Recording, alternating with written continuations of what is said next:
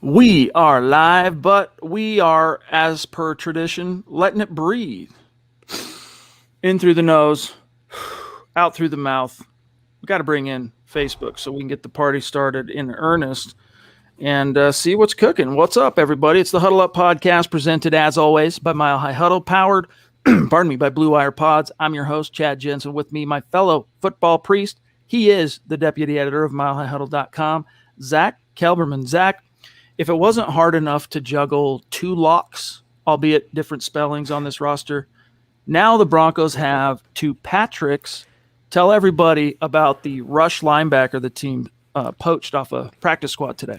Yeah, well, if you know, for Aaron Patrick, if you couldn't beat him, he might as well have joined him, and that would be the Broncos. You know, days after Denver kind of took it to Jacksonville, the Broncos poached Aaron Patrick, a first-year outside linebacker, off their practice squad onto the active roster. Not much about this guy. I did a little digging, Chad. He was a former high school kicker and wide receiver. He's now like 6'4", 6'5", hovering in the 250-pound range. He's an edge rusher.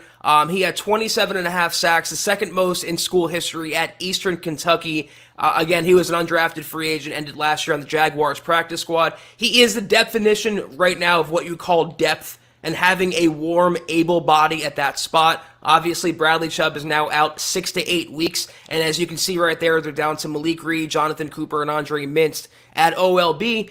And they also signed Pita. I'm not going to attempt to butcher his last name to the practice squad. So, you know, it might not be the flashiest depth, the flashiest players, but they do have warm bodies now at the position. And I think the sum of their parts can equal one Bradley Chubb, hopefully.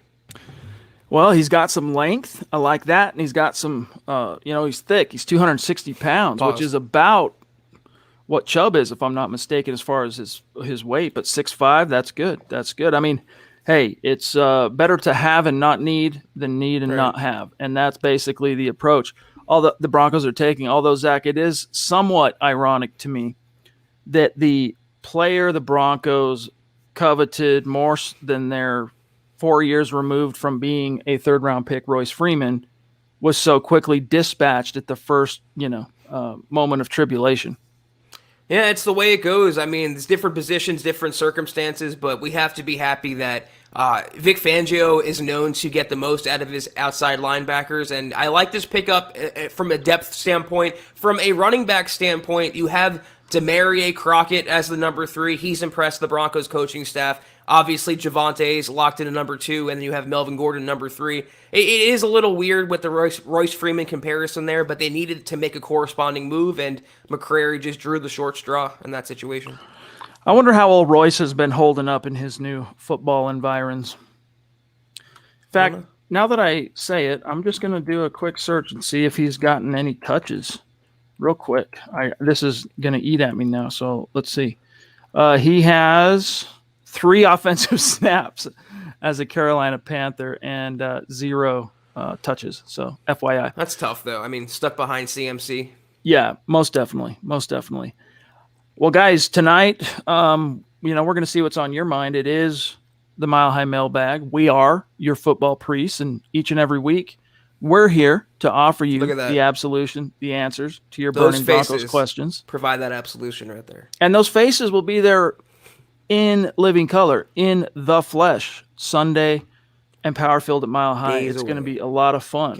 This is the last podcast until we see many of our great community members and audience in person on Sunday. And we are counting down the minutes. Zach and I are going to be really looking forward to meeting you guys.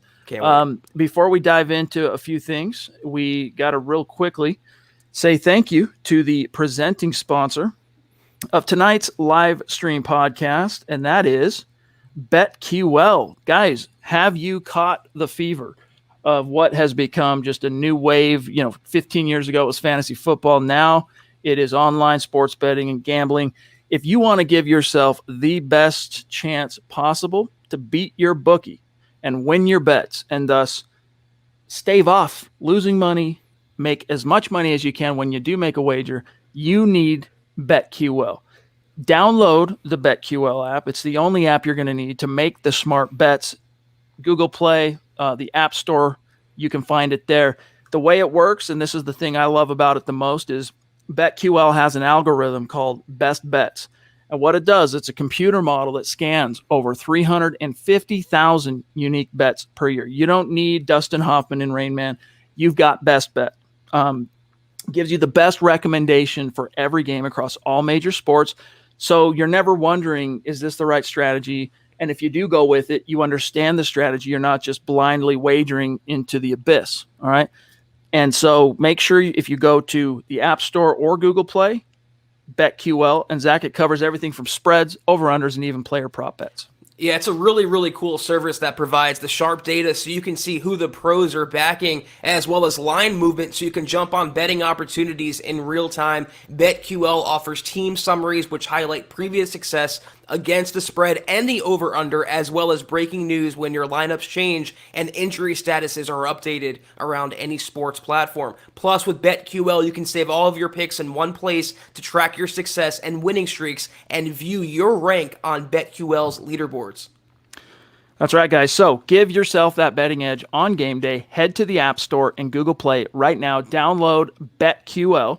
And then also, if you're on a browser, you can navigate to try.betql.co/MHH. I know it's a little convoluted if you want to get started now. Or the easiest thing, the best thing to do, download the app, and at checkout, just make sure you use the code MHH, and you will still get that 25% off any and all BetQL subscription offerings. Yeah, last thing, Broncos country, be sure to check out BetQL's BetMGM offer in the description of this video in order to receive a free year of BetQL and download the BetQL app. Use the code MHH at checkout for 25% off and arm yourself with all the weapons you need to beat your bookie on game day. Guys, tonight we do also bring good tidings because we are rapidly approaching the goal of 250,000 stars on Facebook. We are almost at 75%. Last night we were at 70%, and that was 66% of the way through the month. Here's where we stand now. We're at 74% complete. When we reach the goal, and I maintain that optimistic mindset, when, not if, we will raffle off a Justin Simmons jersey. And the only members of this community that are in the running are those who contributed to the Stars goal. And fortunately, Facebook is very helpful in helping us to keep track of that with a bona fide leaderboard. So here is who is going to have the most tickets in that hat when the time comes. Michael Ronquillo down there in Tucson, Arizona at number 1. Samisi Muti at 2. Zeus McPeak at 3. Randy Jones at 4. We're really bummed we're not going to be able to see Randy on Sunday, but he does live up in Alaska, and we understand that's a hop, skip, and a jump. Joshua Shadow at 5, Travis Weber at 6, Gary Leeds Palmer at 7, Claude Riley at 8, Chris Hernandez at 9, Shane Daniels at 10. And then you can see just a few of the names here just outside the top 10. But all these folks, you're going to have plenty of tickets in the hat from what I can see here. So that's Facebook, guys. And as you know, we are also doing it for YouTube for our Super Chat Superstars. We do have a graphic that will get queued up right here. And today, let me go ahead and get rid of this banner real quick so you can get a full shot. The way it's going to work on Super Chat is it's not working toward a goal. It's at the end of this month. We'll take the top 5 finishers cumulatively on Super Chat. Those 5 names go in the hat, drop ticket, boom, they get a Justin Simmons jersey as well. But what's really cool is you can see here is you can see your top 5, right? Michaela at 1, Chris at 2, Mark Langley at 3, Zeus at 4, Seth Harmon at 5, the Queen at 6, right? And you can just kind of see who's outside the top. But at the very top of this graphic, very, very cool, you can see the risers. All right, you can see, for example, that Naj Altaf has leapfrogged. He's moving up the boards. He's at number 7 right now. Look at Isaiah 1127, who's come on strong lately. He's moved 4 spots. Look at Vincent Pawlowski, freaking leapfrogging 69 spots to 28. Nice. And Tony D.A. jumping 44 spots. So props to you guys. Thank you very much. And we look forward to, at the end of this month, we'll do it live on camera. We'll raffle those 5 names, whoever finishes top 5. All right, Zach.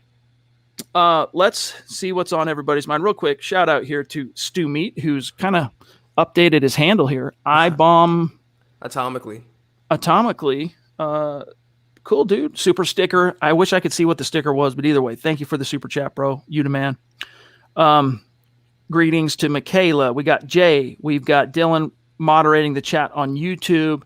It's good to see everybody. Kathy, what's going on, Kathy? Great to have you here. Okay. John wants to know, where are y'all going to be on Sunday, or how are we supposed to find you? So, guys, first of all, don't get too caught up wondering where are we going to be in a sea or a throng of orange and blue. It's not going to be hard to find us. Look for the big blue tent with the MHH logo, state of being. You'll see it. But to be as specific as possible, I'll tell you right now, here's a graphic on screen that you can see. September 26th, big old MHH tent in the southwest parking lot tailgate and power field at Mile High. And I'm looking at now Lot D. All right, Lot D that's where we're going to be. Lot D. So remember that. I'll update the graphic so it says Lot D, but we look forward to seeing you guys. It's going to be fun. The big old tent in Lot D. Okay. I'm just seeing some funny stuff here. All right. So, Zach, I thought it was interesting. Real quick. Robert Salah. Is it Salah or Salah? I say Salah. I don't know if I'm... Either way. He did his, unlike Urban Meyer, he, stepped up to the plate, handled his duty as head coach of the opposing New York Jets this week and held court with Denver media. And he talked about how when he was on Vic Fangio's staff back in Houston, so when Vic was the defensive coordinator there, he was hired as a young defensive coach, and he went to dinner with Vic. I'm sure there were other people there, but he was actually in his own head, was Robert Salah, tripping because Vic, quote unquote, didn't say maybe 2 words to him is all he got. And so he thought, man, this dude does not know who I am. He must not be appreciating what my contributions are. Only to then at the end of the dinner, Vic looks at him, hey, this was a lot of fun. We ought to do this again. And Vic, when asked about it, Zach, it's kind of funny because, old man memories dim over the expanse of time. Couldn't remember going to dinner with Robert Saleh, but either way, it's kind of cool that these two are, going to go head to head on Sunday night. I also thought it was really funny about Urban Meyer. They had a pregame handshake where Urban said, it was caught on NFL Films. He said, every team's like Alabama. It kind of lends credence to those who believe that Urban's heart isn't in it and he might have made a giant mistake leaving the college ranks. It's a different set of fish in those waters when you go from college to the NFL. I thought that was really, really funny and really telling there. But Robert Salah, I think he's on the right track in New York. I really liked him in San Francisco, and I think the Jets made the right hire. I also like what he said about one Teddy Bridgewater. So complimentary Robert Salah was. This is a defensive mind too, guys, keep in mind. And he said he is one of the most underrated quarterbacks in the NFL. I like hearing that from opposing coaches. I like the Broncos quarterback finally getting some recognition and the Broncos being their connotation with a quarterback, not their defense for once. So I thought that was nice from Robert Salah, and I look forward to the matchup on Sunday. The way it's been the last 5 years, even with Drew, following his best moments, we'll say, anytime the opposing coach has been asked about the Broncos quarterback, it's like they immediately go into coach speak mode, trying to think of a positive thing that they can, conjure so as not to provide any bulletin board material. And you could tell from Salah, his comment on Teddy, like it was the genuine article. Like that's how he really thinks of Teddy Bridgewater. Max Power from across the pond, super chat superstar checking in. Appreciate you, buddy. I've noticed fans saying it's only the Giants and Jags, but those same people praise Locke for beating up on bad defenses like Carolina, Vegas, Houston. See, here's the thing. Tying it to Locke, dude, and Locke lovers versus Teddy, that's where, again, man, like you're holding on to this thing a little too tenaciously. Let me say this. There are people saying, hey, man, and we've even said, pump the brakes a little bit. We wanted everyone to enjoy these wins because it's been so, it's been a little bit of a drought in the Mile High City. Hey, enjoy these wins. Don't get out over your skis like Dennis Green. Don't crown anybody yet. If you want to crown their ass, crown them. But don't. We're telling you, hold off, pump the brakes a little bit. But, Zach, your reply here from Max.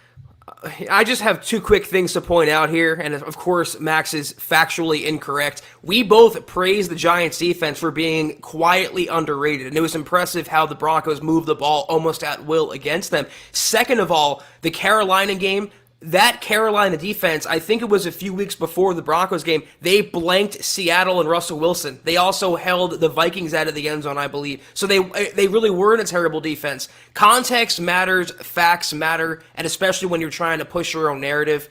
It's what you do, though, Max. Hey, Max, you still got a spot in my heart, though, dude. Much love. It's all good.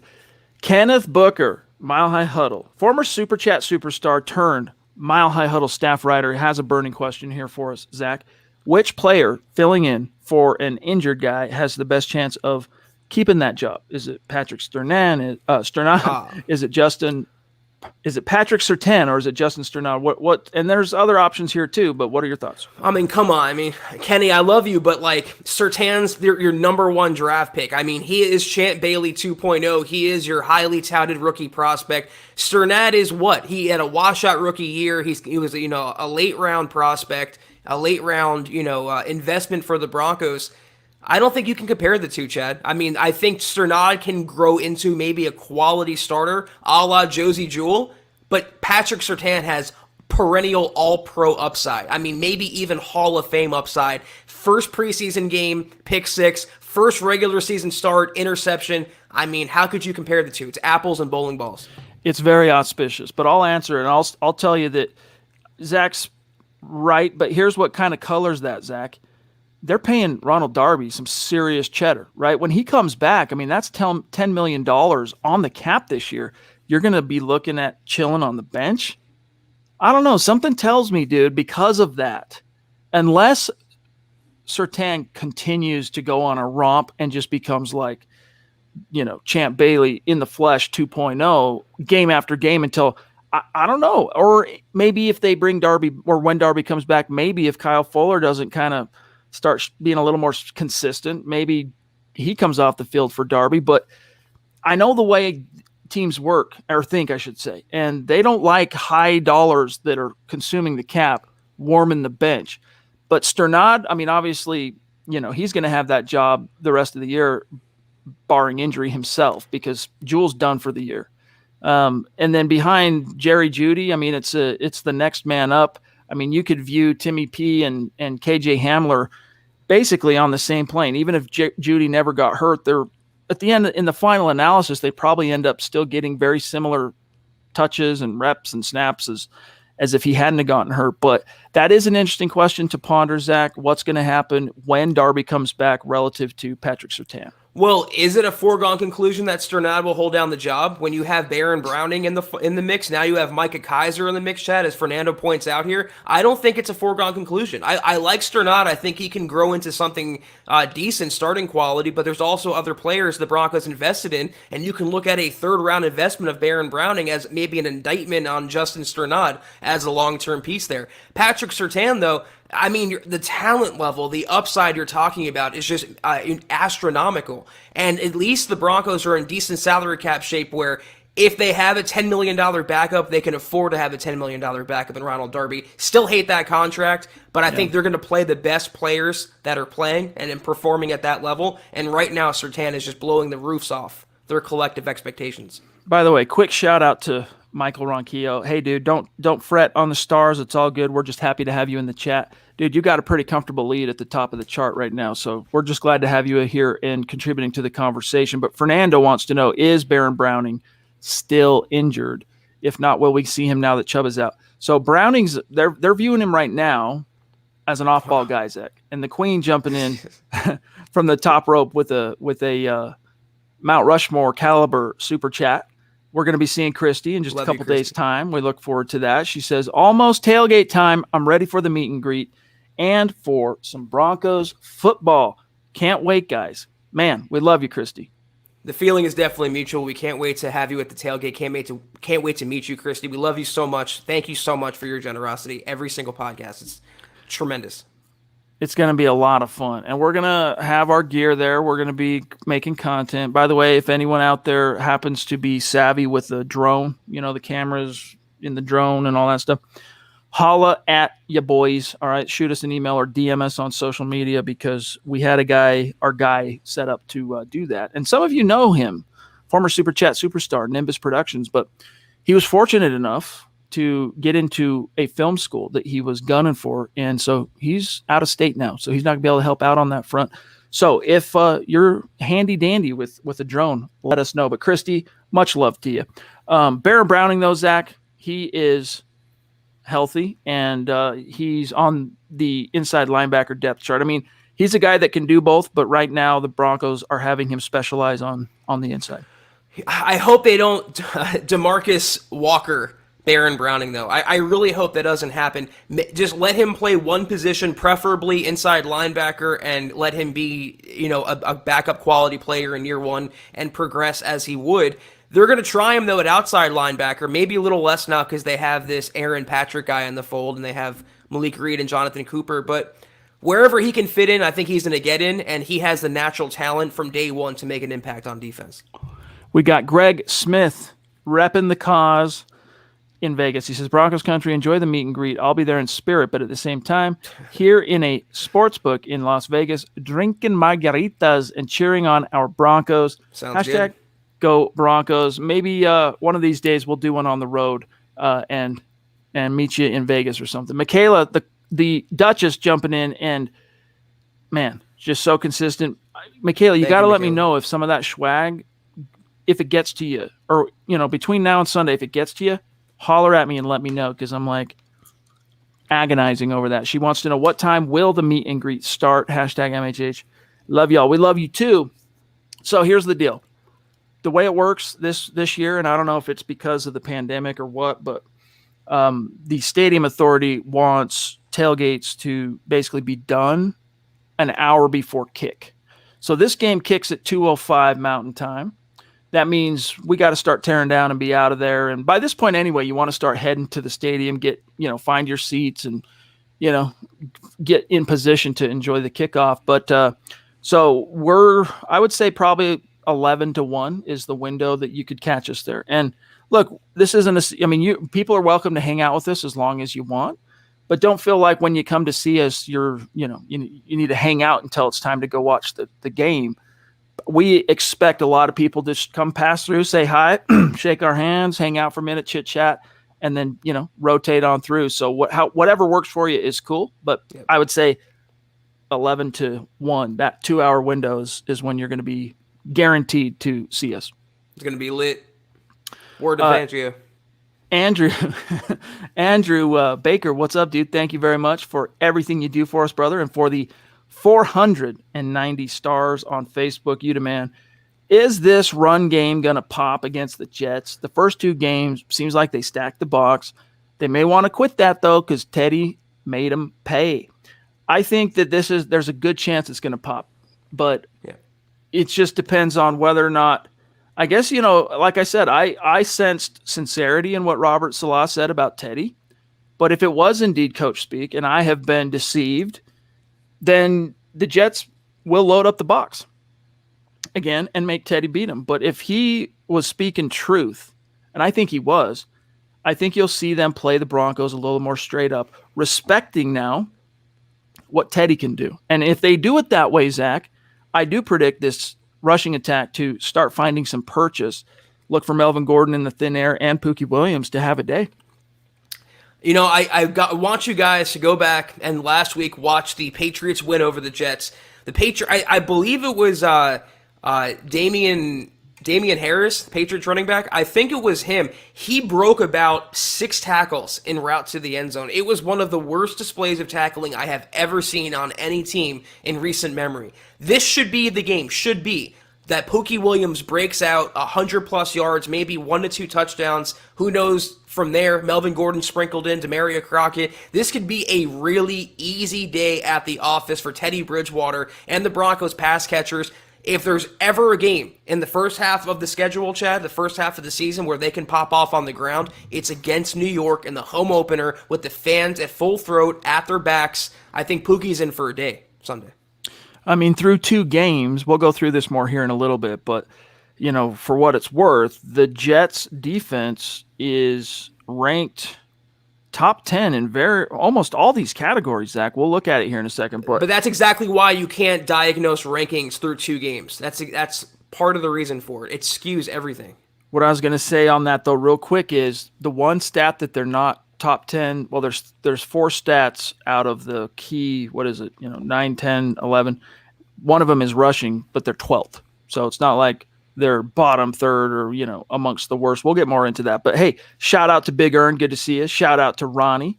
From what I understand, we are going to see Ronnie on Sunday as well. Stoked to see you. Danny says, I think Denver's defense won't give up a touchdown this game, but I can't say the same for special teams. It's a very sad but true point. Yes, indeed. I don't know, man. I don't want to sleep too hard on the kid. Zach Wilson is up to this point. He's got 468 passing yards. I can pull up his stats, and obviously we know Zach, he threw 4 picks last week, which is why the Jets are second to the worst in turnover differential up to this point. But who knows, man? This is a kid from the Rockies. He grew up in the Salt Lake City area, all right, just south of Salt Lake City. And so, that's not quite as thin of air, but it's way up there in the sky. So him playing at altitude, maybe it'll feel something like a homecoming. Maybe he'll be a little bit more comfortable. I would bet that he's going to have a lot of family there. So who knows? We'll see what we get from him. Wilson went full Peterman last week, and you never want to go full Peterman ever. And ever against the Broncos secondary, Simmons, Patrick Surtain, and the rest, I mean, it could be a game where he falls behind 10, 14 points. Zach Wilson forced to throw the ball, running game non-existent. That should lead to turnovers. Again, this is probably the last easy, quote-unquote, easy game the Broncos have, maybe all season. Yeah, he is. He's rocking a 2-to-5 touchdown to interception ratio for what it's worth. Colby, good to see you, bro. Appreciate the stars, my friend. Really, really do. Tommy, yeah, happy birthday to the missus. Happy birthday. Give her our best, and hope it's a good one for her. Take care of her. All right. Okay, Zach, let's take a second here, and actually, before I do this, let me find this one from Travis. Travis Tarbox, what up, buddy? Evening, Priest. So happy our Broncos are winning. It just sucks to see all the injuries so far. Yeah. Yes, indeed. And then, of course, we got Albert in the house. He and his wife, Michelle, making the trek. He says, we're about to pack our suitcases for the trip. Very exciting, Zach, knowing how many people are, making sacrifices, putting down dollars to travel to the Mile High City for the meet and greet. It's very humbling, and we really look forward to it. It's amazing. We see the comments here, like Colby says here, I hope to make the game. I just got tickets, but I live in Cheyenne, Wyoming. I mean, the fact that they're coming over all points of the country, all corners of the world, in fact, Chad, it's remarkable. Broncos country really blows me away. Cheyenne, hey, that's not too far from the Mile High City. So cool, man. We look forward to seeing you, buddy.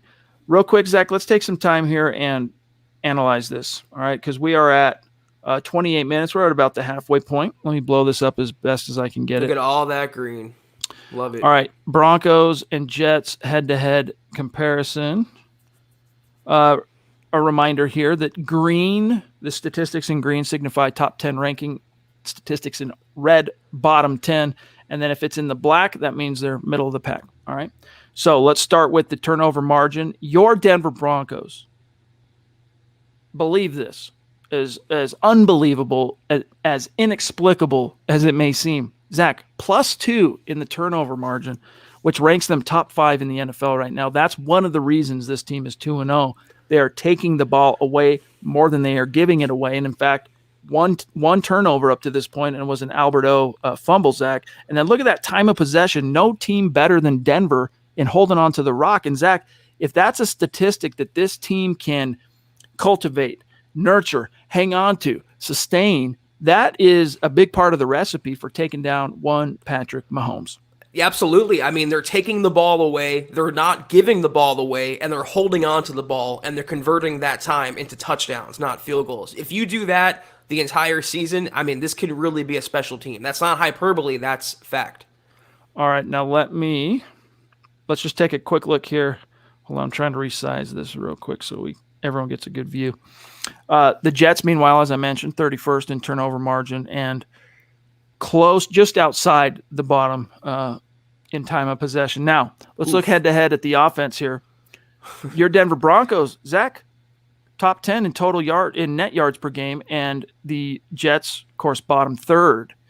That is just crazy to see. I know we're only 2 games in, but to see a Denver Broncos offense ranked in the top 10 in net yards, net rushing, I mean, for as much flack, Zach, as the Broncos interior O-line has justifiably received over these first 2 weeks, having 130.5 yards average per game on the ground is impressive. No picks, no fumbles lost. Only that one giveaway, but here's where it gets ugly for your Denver Broncos, gang. They've allowed 5 sacks on Teddy, and Teddy has also pulled many rabbits out of the hat to avoid what probably would have been at least double that. Third down, that has to get better, or else you will get decimated by true quality teams, Ravens, Chiefs, you name it. And then red zone percentage, all right, it's still very young. These numbers are going to start averaging out over the sample size, stretching here, but also ranked 23rd. Those areas gots to improve. One thing about third down, though, it's not to bail them out for being that they have to improve on 23rd, Chad. But you have to figure they go for it now so often on fourth down that it's almost like third down matters a little bit less. They have to get better, but, Fangio being, Riverboat Vic every game certainly helps having another opportunity. And if you go up for a second, what I'm impressed by is the Broncos at yards per play. I think it's 11th. Yeah. See, that's what I wanted from Pat Shurmur. It was never about Teddy Bridgewater for me. It was about Pat Shurmur being aggressive, opening up the entire field, getting the playmakers involved, and stretching teams north, not horizontally east and west. So I'm encouraged by that. I mean, they're averaging, I know it's early 2 weeks, but 400 yards a game. It's like, what team are we watching? Is Peyton Manning back there again? It's encouraging. It's signs that are going in the right direction. I'm not reading too much into 2 weeks against two, shall we say, subpar teams. Is that fair to say? But all that green there, Chad, I love it. No interceptions. I mean, their rushing is top 5. They're top 10 in net yards per game. How could you hate on that? You improve third down, you improve red zone. It could actually be a high caliber offense we're watching this season. By the way, shout out to BG, a Mount Rushmore superstar who is expressing his gratitude that football is back, and we feel you on that, my friend. Here, real quick, Savage Boy Kev, and then we'll go through more of these numbers here on Twitch. Why do people call us pretenders by going 2-0 after the last time we lost to those teams? That's true. The last head-to-head, Broncos lost to Sam Darnold in New York, New Jersey. And let's see, the last game against the Giants was that bitterly disappointing embarrassment on Sunday Night Football when you had the 0-5 or 0-6 Giants roll in. I believe that was the last meeting and decimate this team. But the answer to your question, though, Savage Boy Kev, is this is just the way it goes for a team that's coming off 7-9. Well, let's go back. 5-11, 6-10, 7-9, and 5-11. It's that sample size really needs to start having some roots, some depth to it before you're going to see anyone on the outside really saying much at all as far as jumping to any positive conclusions. And that's fine. Let them keep talking smack. Let them keep sleeping on the Broncos. Zach, let them hate. As you said. So I wouldn't trip too much on it. And really, Zach, all the Broncos can do is handle the guys that are in front of them on a given week. And they have done that with gusto. They haven't just narrowly beat these teams. They've beaten both teams handily.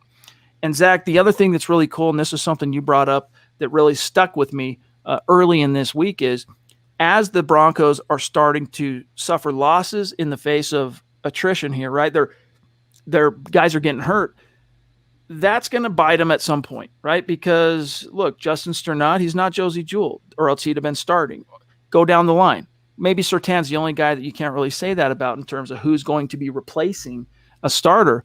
But by winning these games that they're supposed to win, Zach, whether anyone out there on the outside wants to give them credit or not, buys them a window of time, buys them a little breathing room, a little rope for when those chickens come home to roost. Maybe you fall to the Baltimore Ravens, but you know what? Because you don't have Judy or you don't have Jewel, whatever, Chubb, however it shakes out. But now you're 3-1 if you beat the Jets this week, as an example. Yeah, you have to, like, I think you nailed everything perfectly there. You have to only play the teams that are in front of you, and you never apologize for a win. You never downplay a win. A win is a win is a win.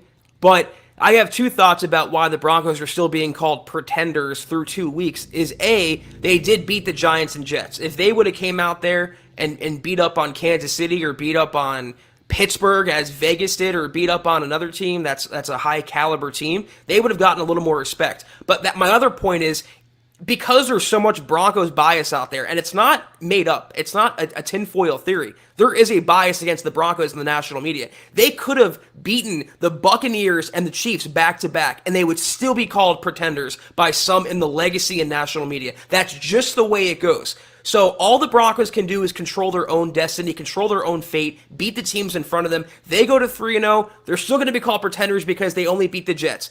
They go 4-0 after beating Baltimore, who just upset Kansas City. Then you'll start to see some of those legacy media types, some in the national media that are calling them pretenders, suddenly change their tune. And all of a sudden the Broncos are contenders. That's how it goes. Well said. Here we have a super chat from a living descendant of William H. Bonney. Kane probably gets tired of me bringing up the fact that he is a descendant of Billy the Kid, but dude, I'm a child of the 80s, Young Guns, right? Freaking Emilio Estevez. Who else? Lou Diamond Phillips. I mean, Charlie Sheen, his brother was even in that. So to me, that's cool, man. I was like, Billy the Kid was dope. He says, just wanted to say howdy to all of y'all, and I look forward to seeing you at the tailgate. All right, Same. We're going to have Kane Dawson in the hizzy. We look forward to that, buddy. Thanks, Kane. Appreciate the super chat. Nathan, coming on strong lately. Appreciate you. How do the Broncos improve on first and second down for more manageable third and fourth downs? Well, I think, Zach, as the teams begin to play the Broncos a lot more honestly, I mean, honestly, it's a miracle that this team is ranked where they are in rushing. And you know what? As much as I say, hey, for those that say, oh, the Broncos would have had 30 yards rushing in week 1, if not for Melvin Gordon's 70-yard touchdown run, right? That's true. But I always say, look, you got to give them credit. They did get it. So that's like woulda, shoulda, coulda. But at the same time, the reason they are where they're ranked on third down is because if you take out that 70-yard touchdown run, no longer is this a top 10 rushing team. It's not a top 15. It's not a top 20. It's a bottom third. So the translation here, the takeaway, all right, is it needs to be more than 3 yards in a cloud of dust on first down. And if you do that, hey, man, your options are plentiful on both second and third downs. Like Pat Shurmur said today, hey, when he was pressed on what do you got to do to improve third down, one of the things he said, I can pull up the direct quote, but to paraphrase him, Zach, was something to the effect of, hey, what I care about is first downs. So if that first down comes on first down or second down, hey, fine. I don't care what down as long as we're moving the chains. Well, if he cares about first down so much, maybe he can stop calling a run play on every single first down, regardless of circumstance. That's one way to go about it. Change it up a little bit. And I mostly like what Pat Shurmur is doing with Teddy. And the Tim Patrick touchdown, they scored because Pat Shurmur schemed that play open. That was a great call on Pat Shurmur's part. But throw the ball a little bit, a little more play action on first down, set up maybe 2nd and 3, 2nd and 2, and preferably not even get into third down situations. I know it seems like we're playing Madden now, but if you move the ball consistently on first down, 2nd and short, that's easy. Keep converting those, you eventually hit pay dirt. But throw the ball more on first down. Andrew, appreciate that sentiment, my friend. Really do. Here we have Vincent Pawlowski jumping in. Really appreciate you, Vincent. And I don't know if you were here at the beginning of the show, but you have rocketed up for the contest on Super Chat this month, for the being in the running to win the Justin Simmons jersey. You have leapfrogged many, many competitors. You're ranked currently 28, but up until this week, you were 97. You moved up 69 spots. Remember, the top 5, their names go into a hat to win the jersey. So just keep it coming, my friend. Appreciate you very much. He says, I wish someone would poach Bradley Chubb, a.k.a. Jawan James Jr. How long are we going to put up with this? I understand the frustration, Vincent, but, buddy, that's not quite fair. It really isn't. Like, Jawan James took the money and then literally provided the Broncos 62 snaps. That's it, right? Bradley Chubb has had some terrible luck with the health, the injury bug and whatnot, but he's always tried to fight back. He tried to give it a go last week, despite the ankle, which it's not the same ankle. This is a big misnomer. That ankle surgery, Zach, that he had in May, which was correcting what ultimately ended his Pro Bowl year last year, 2 games early. Ankle. This bone spur thing that has been acting up on him, which cost him, now he's on IR again. It's actually the opposite ankle, which is probably as frightening as anything to Vincent, right? Because whoa, we get one ankle fixed and now it's the other one. But remember, Bradley Chubb, it sucks he hasn't been as available as you'd like a top 5 pick to be. But when he's been on the field, is he Von Miller level impact player? No. But he has been productive. As a rookie, he gave you 12 sacks. Juwan James gave you 62 snaps. Last year, with no Vaughn and coming back off a torn ACL, Chubb gives you 7.5 sacks in 14 starts, earns a Pro Bowl nod for the orange and blue. So, give him a little bit more credit, but it is alarming and it is disappointing, Vincent. We do feel your pain on that, but give him a little bit more due. For those who are clowning or Bradley Chubb or criticizing him for having dual ankle injuries, tell that to Carson Wentz in Indianapolis. I mean, he sprained both ankles somehow, and that's infinitely worse considering the position he plays. I don't really understand why I get it. I'm not surprised that some in Broncos country are willing to now cut the cord, give up on Bradley Chubb. He was the second coming of Von Miller a few years ago, and now he's Juwan James Jr. Well, correct me if I'm wrong. When James had a knee injury, he wouldn't go back in the game. He could have played again and chose not to. The reason Bradley Chubb had a re-aggravation is because he insisted on playing through his ankle in bad conditions a little too soon. He's the one that pushed the medical staff and the coaching staff to go. So I wouldn't call him Juwan James. I would call it really bad luck. I would not even say injury prone, Chad. Injuries are a part of the game. Is Von Miller injury prone because he had an ACL early in his career? I hate that label. I mean, that's what Broncos country was putting on Demaryius Thomas. They were putting on Phillip Lindsay. It's a popular diss when you don't like a player anymore. It's like an old toy that a kid has that they put in the corner and don't want to talk about or interact with anymore. And they slap that label on. Injury prone. Done. Gary, dude, it sucks that you won't be there, but prayers up for you. He says, I got a heart problem, so I'm waiting for surgery. Hey, brother. Positive vibes, sucks. Prayers up. Yes. This too shall pass. I have no doubt you will be no worse for the wear, and a new and improved Gary once you get through that, my friend. But prayers up. Let us know if there's anything we can ever do on that front. Holler at us, okay? Real quick here, Zach, and then we'll get back to some stats. We've got BG saying, again, thank you, Brian. Hot take. Can we win a game without any player landing on IR after the game? I know, right? I know, man. Two weeks in, you lose 2 starters, both times to injured reserve. It is alarming. Let's hope this is the week where that ship turns around a little bit. Let's hope this is the week where the Broncos can pull some starters in the second half of the fourth quarter and get some rest to Bridgewater, get him out of harm's way, get the running backs out of there. I agree with the sentiment here. Get out of a game without a major injury, please. Here is Robot of Doom on Twitch. How cool would it be if the Super Bowl was Carolina versus Denver? Not just a Super Bowl 50 rematch, but Teddy versus Sam Darnold, the guy, one replaced. And then yes, you woke indeed. up. And Zach, think about this. If the Denver Broncos reach 3-0 and if the Carolina Panthers reach 3-0, it will be interesting to see the contrast between the different headlines in those markets. If that happens, we'll talk about it next week on the show. It's just love your robot, but Super Bowl, we're talking about Teddy versus Sam Darnold. We're talking about Carolina in the Super Bowl. A little premature, I would say. Shane Daniels, appreciate the support, my friend. He says, hey, Chad and Zach, what do you think the Broncos most need to improve in the Jets game? Special teams. Please, no kick return touchdowns. No obvious catastrophic errors on special teams. That's the number one. Please, do your job, Tom McMahon. Better. I'll drill down a little bit beyond that for the sake of being thorough, and I'll say third down and being more the rushing game, third down. And I think if you are more productive in those areas as well, special teams is shored up, and you're productive in those 2 areas on offense, the red zone conversions are going to come.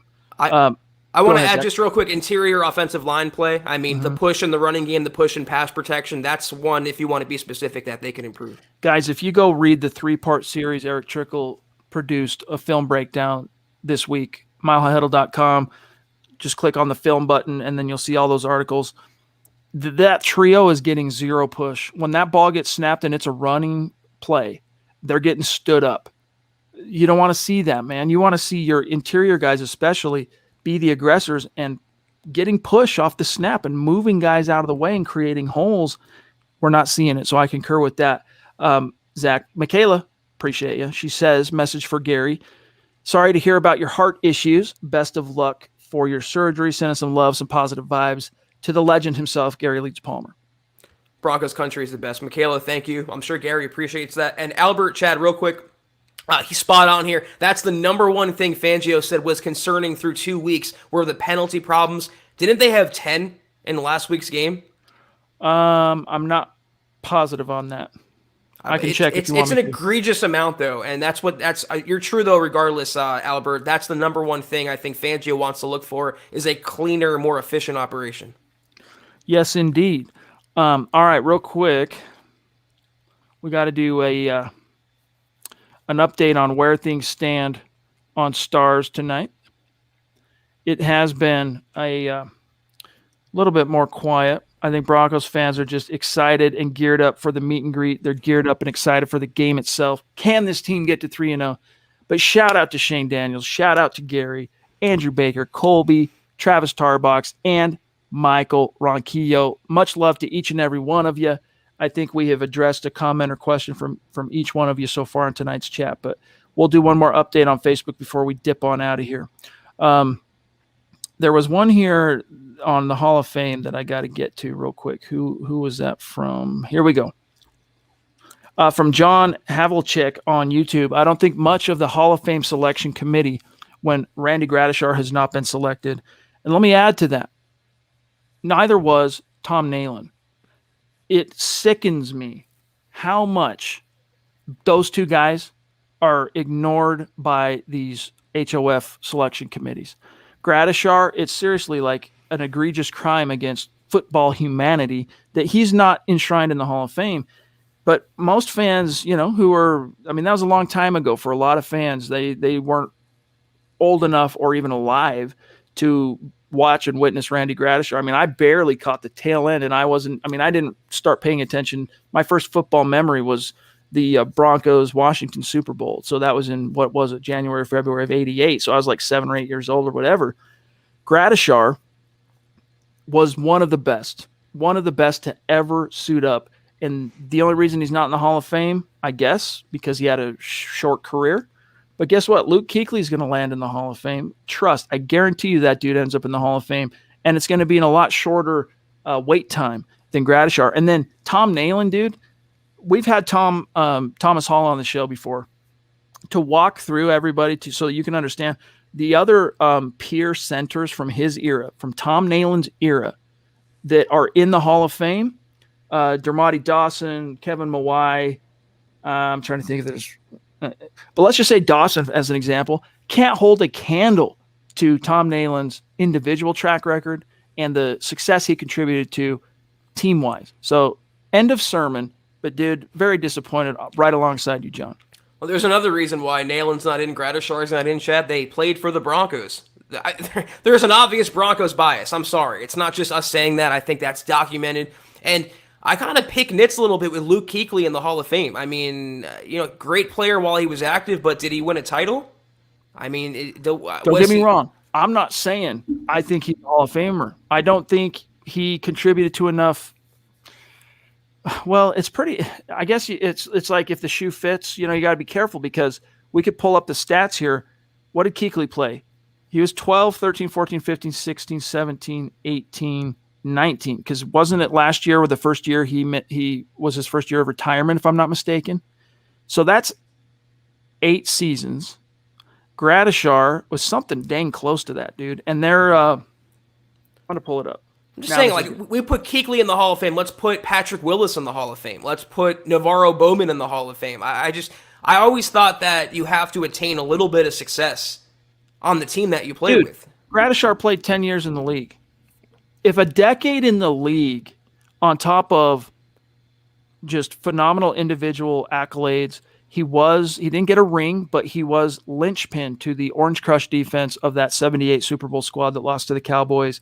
And you got to remember too, people go, oh, but they pull him up on Pro Football Reference and they don't see like prolific tackle numbers. Guys, it was before they started tracking that as diligently as they do now. Thomas Hall can lay this out for you. If you actually tracked every single tackle that cat made in over 10 years, he'd be well north of 1,200 tackles, averaging well over 100. Plus, he has all the All-Pros. Let's see. He is selected to the Pro Bowl. Remember, 10 seasons. 1, 2, 3, 4, 5, 6, 7 times. 70% of his seasons, he was in the Pro Bowl. And then first-team All-Pro 2 times. So we're right there with you, bro. We could turn this into a referendum on Hall of Fame all night long. But Broncos bias right there. He'll get in. Shanahan's going to get in. The Broncos had to put him in the Ring of Fame before he could be considered for Hall of Fame. That's something that it might not be an official requirement that they talk about, but Jason Cole told us that. So now that he's in the Ring of Fame, I think you'll start seeing more traction for Mike Shanahan getting in the Hall. Yeah, the Hall of Shame. We got VJ, we got Josh McDaniels, Chad. Most def. Top 2 contenders there. Dave from Georgia, what's good, buddy? Appreciate you, bro. He says, man, I wish I could be there with y'all Sunday. I'll be with you in spirit. I'm looking forward to seeing Pookie drag defenders into the end zone. # state of being. We are going to miss you, bro, but there's always going to be next time. This isn't going to be a one-off. We will do this. We'll make it a tradition. Minimum of 1 time per season we'll do this, and we're going to look to do it more and more, not just 1 time per season as time marches on. Yeah, we know you'll be there in spirit, like you said, Dave, and you're going to help the Broncos will them to a victory. And I think Pookie, I'm right there with you. Anyone out there, if you have Pookie on your fantasy team, get him into your lineups this week. I think it's the time where he goes off 100+ yards and a touchdown. And yes, by the way, Carl Mecklenburg, another egregious Hall of Fame snub. He's, Gradishar gets a lot more hype in terms of the indignant, rage Broncos fans have for being snubbed. Mecklenburg's argument is damn near as bulletproof, to be honest with you. Only the difference is Mecklenburg started all 7 positions in the front 7. Mecklenburg also started on 3 different Super Bowl teams. No, they didn't win the Super Bowl. They didn't emerge victorious, but he has a legit argument. 5 guys, first team All-Pros for Luke Kuechly, by the way. So that's to Gradishar's 2. So then people are going to say, well, hey, but he got 5 first team All-Pros. Which one do you value more? Back then, there was no fan vote on the Pro Bowl in Gradishar's time. So the only people voting in the Pro Bowl, lest I miss my mark, were the players and coaches. I believe. I could be wrong on that now. Something's buzzing in the back of my head. But I know fans were not polled. There was no method to which fans could really contribute to that. That was before the internet. The NFL's not getting on the phone and calling NFL fans across the fruited plain. But I digress. Let's grab BG here. Some of our best rosters in Broncos history have had bad special teams play. Super Bowl 33 is an example. That's the Falcons Super Bowl. But as long as our defense and offense keeps playing this good, I'll be okay with below average special teams play. Zach? I don't accept mediocrity. It's just like they're so bad compared to even Pat Shurmur, to even Vic Fangio. When you're that bad in comparison, when it's the number 1 detriment on your team and you're costing your team points, and you can lose a game based on that, Chad. I mean, if the ball breaks a certain way, a touchdown can swing a game. So I wouldn't expect below average or want that. I want them to be as good as they can be. And until they change out their coaching there, it's not going to happen. Zach, we are at 54 minutes, so let's finish up these statistical comparisons and what insights can be gleaned, and then share some of our keys to victory. And then, of course, we'll be seeing a lot of you on Sunday, and we can talk more about the keys to victory, but not everyone. In fact, most people aren't going to be able to be there, so let's do this first. Real quick, the Jets offense, not scaring anybody, right? Look at all that red, meaning bottom 10. They haven't lost a fumble, so, Zach, they got that going for them. But which is nice. Let's look at these defense head-to-heads. Now, that's Robert Salah's calling card, right? He is also a defensive-minded coach. He was the brainchild behind that Kyle Shanahan's Super Bowl defense that couldn't quite get over the hump. But nevertheless, the Broncos are ranked third in net yards per game, fifth in yards per play, fifth in points per game. They're only relinquishing 13. Small sample size. That number is going to change as time marches on.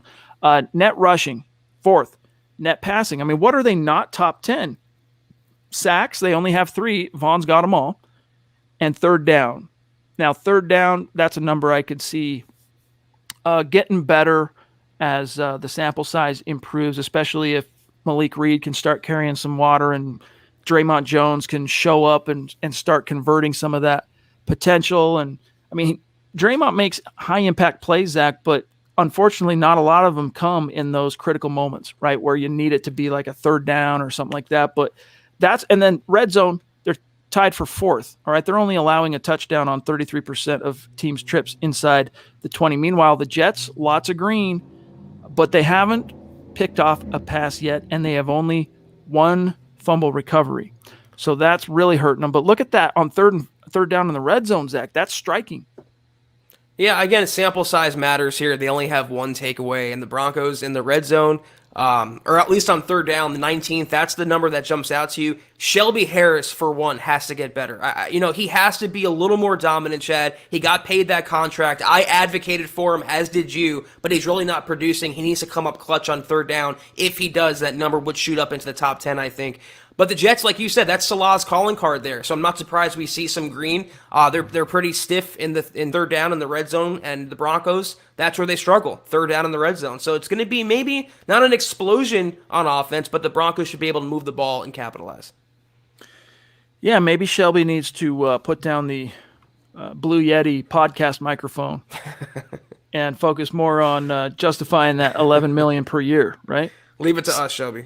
Save the podcast. Hey, we'll handle it in season for you, Shelby, and save the podcast content for the off season. But for those who aren't live with us seeing this, the Jets are ranked third in third down percentage and second in red zone. Don't scroll down. No. I know. Here we go. Well, we might be surprised. Let's look. I'm not surprised. 31st and 32nd. Nope. So they got 2 first rankings. Field goal percentage. Brandon McManus is tied for first because he hasn't missed one. Punt return average against 2 yards. So that's good, Zach. On punt returns, pardon me, with the plosive there. On punt returns, they're only allowing 2 yards per return. Small sample size. But in kick return against, look at that, dead last, 46.5 yards on kicks. So they're doing something right, Zach, on punt returns. Kick returns, though, what the Sam Hill? They don't have a yard. They don't have a yard on kick returns. What is that about? Yeah, the Denver Broncos have not yet advanced a kick. They haven't matriculated the ball on a kick return yet. Wow, and 32nd on kick return average against. So blow up the kick return unit on both sides. It's pretty terrible. Meanwhile, the Jets are top 10 in 1, 2, 3, 4 categories and bottom with one of the most crucial, bottom 10 in field goal percentage. Their kicker is only hitting 60, just shy of 67%. And then last thing here, Zach, penalties committed. Denver bottom 10, and the Jets, let's see, opponents' penalties committed. So 12, and that's tied for 23rd. Penalties committed themselves is tied for 12th. So there you have it. See, that has to change. I mean, we talk about stats being a little overblown right now, but that doesn't matter the quality of opponents' penalties. That has to change now. They can't be bottom, half of the NFL in penalties. They can't average 9 a game like they had against Jacksonville. They have to be more efficient. They have to clean up their operation. All right, that being said, as we're about out of time here, keys to victory, Zach, it doesn't need to be 3, doesn't need to be 5, but what has to happen for the Denver Broncos to beat the Jets on Sunday? I'm going to quote Belichick here. Do your job. That's all they have to do. You play Broncos football like you played against Jacksonville, like you played against the Giants, you will win this game. Special teams shouldn't matter in this game, Chad. It shouldn't even come down to that. Nowhere close. The Broncos on paper and in reality are a much better team than the Jets. The Jets aren't the worst team of all time, but the Broncos, even shorthanded, are just so much better from a talent standpoint and I think a coaching standpoint, yes, including Pat Shurmur and Tom McMahon. So just do your jobs. Teddy, be steady, Teddy. Take your shots down the field when you can. Make plays happen in the pocket. Lean on your running game. Let the defense be the defense. And they should have no problem, Chad. I know it's kind of a cop-out answer, but just copy the template you had against Jacksonville over to the Jets, and you'll win going away. Here's what I'll say. Keys to victory, first and foremost, this has to be the game where it's not just Vaughn getting after the quarterback. It can't only be Vaughn producing pressures, sacks, all that. All right? So if you proved – or Zach Wilson proved it. This is something that you hear often from Vic Fangio. I've heard Scott Kennedy say similar things, but it's true. Not all interceptions are equal. But in the case of Zach Wilson's 4 picks last week, Zach, bad. This is a guy that can be exploited under pressure, is my point. If you get after this dude, make him feel the heat, smack him around a little bit, he's gonna snap. He's gonna break. You're going to see an opportunistic Pat Surtain, an opportunistic Kyle Fuller from Bryce Callahan's about due for a pick. Justin Simmons about due for a pick. If you pressure this dude, you've got the corners. You've got the coverage to run with and chase anybody. You just got to get the consistent pass rush. Offensively, get that run game going. Get that run game going, and it's going to solve some of the other problems that trickle downhill, like third down percentage, red zone percentage, all that stuff. So I'm not going to go any deeper than that, all right? But it's as simple as get that running game going. I know it comes off as cliche. Hey, yeah, we get it. Key to victory, establish the run. But whether the Jets decide to sell out and stack the box like the Giants and the Jags did or not, in the thin air, a team traveling from the East Coast, right, sea level, no humidity, thin air, mile high, this is where you should be able to really start finding some purchase on the ground. And then Zach, that's just going to open up a world of possibilities for this offense. Yeah, I mean, the running game, this should be the game again. I've been saying it all podcast tonight, all week, really. This is the game Javonte Williams takes over. Maybe not the backfield with Melvin Gordon, but this is the coming out party for Javonte against this Jets defense. I think he can wear them down, 100-plus yards on the ground, maybe a touchdown. I don't have the Broncos winning this game like in a super big blowout fashion, Chad, but they should be able to take care of business pretty handily. You mentioned getting after Zach Wilson. Losing Mekhi Becton killed him. I mean, that Jets front line is so bad in front of Zach Wilson. The only beacon of hope was Becton, and he's constantly under duress now. They wanted to average 2 picks a game, the Broncos secondary. This is the game where they can start getting on that trend. They should have no problem pressuring, no problem turning over Zach Wilson. Offense, no problem moving the ball down the field and hopefully converting that into points. All right, guys. That's going to do it for tonight's Huddle Up podcast and the Mile High Mailbag. Much love to each and every one of you for being with us live, and shout out into the future to those of you listening as an on-demand podcast. We love each and every one of you. It's about, depending on the week, Zach, it's between 18 to 20,000 Broncos fans listening to this every day after the fact when it gets uploaded to Apple Pods or Spotify or whatever. We appreciate each and every one of you. Before we do dip on out of here, though, we got to say thank you to our sponsor of tonight's live stream pod, and that's BetQL. It's the only app that you're going to need to beat your sports book. Find BetQL's information in the description of this video on YouTube, along with the code MHH to get 25% off at checkout. And don't forget that special BetMGM offer in the description to receive a free year of BetQL and other sportsbook sign-up offers and bonuses. And with that, Zach, if you'll start going through the rundown, I'll pull up how we finished on stars. Absolutely, and thank you for the super sticker. This was the Huddle Up Pod. In the meantime, until we see you guys next time, which will be the Gut Reaction live from Empower Field, Chad, or where thereabouts in Denver, we'll see you guys on Twitter at Huddle Up Pod. Also follow the main account on Twitter at Mile High Huddle. You can follow Chad on Twitter. Where's our banners at? We haven't had those for a few days now. Are they gone? They're not in there? It's not under our names. Anyway, you can follow Chad on Twitter at Chad and Jensen. You can follow myself at Kelberman NFL. If you haven't already, go to huddleuppod.com and get your swag on. Get yourself a nice football pre-shirt. Very comfortable, very nice. and it fits really nicely. Also get yourself a trucker hat, dad hat, coffee cup, hoodie, anything and anything you can dream up is in that store. More on the way. Also, Facebook.com/Mile High Huddle. Hit that big blue button. Become a supporter today for our VIP content.